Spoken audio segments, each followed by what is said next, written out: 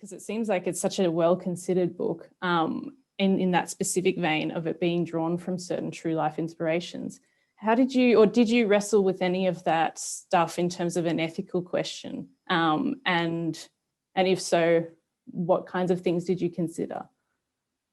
Yeah, I mean, I thought about it a lot, and the book took me 7 years to write, and I stopped writing it many, many times for lots of reasons, just because it was a difficult book to write and to, I think a lot of writers kind of method write. They really submerge themselves in the emotional world of their characters. And in this book, that meant submerging myself in a lot of grief and fear.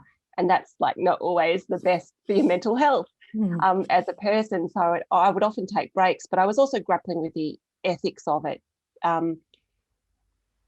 in asking myself exactly the same things that, you probably were asking yourself as a reporter.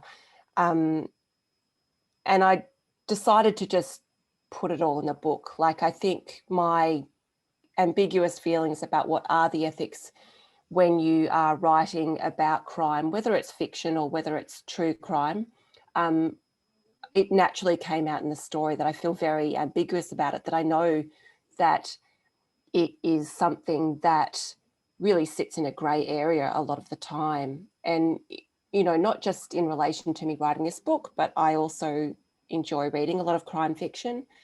I enjoy watching a lot of crime TV. I do listen to true crime podcasts. And in some ways, these are fascinating.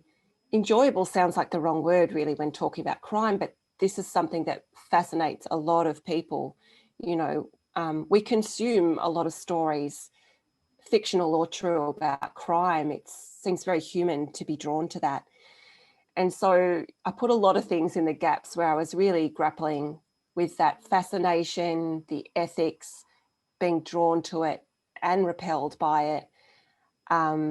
So, I mean, I would say that actually I don't have really clear cut and dried feelings about it. I just tried to put all of that ambiguity in the actual story and put it in the mind of the characters.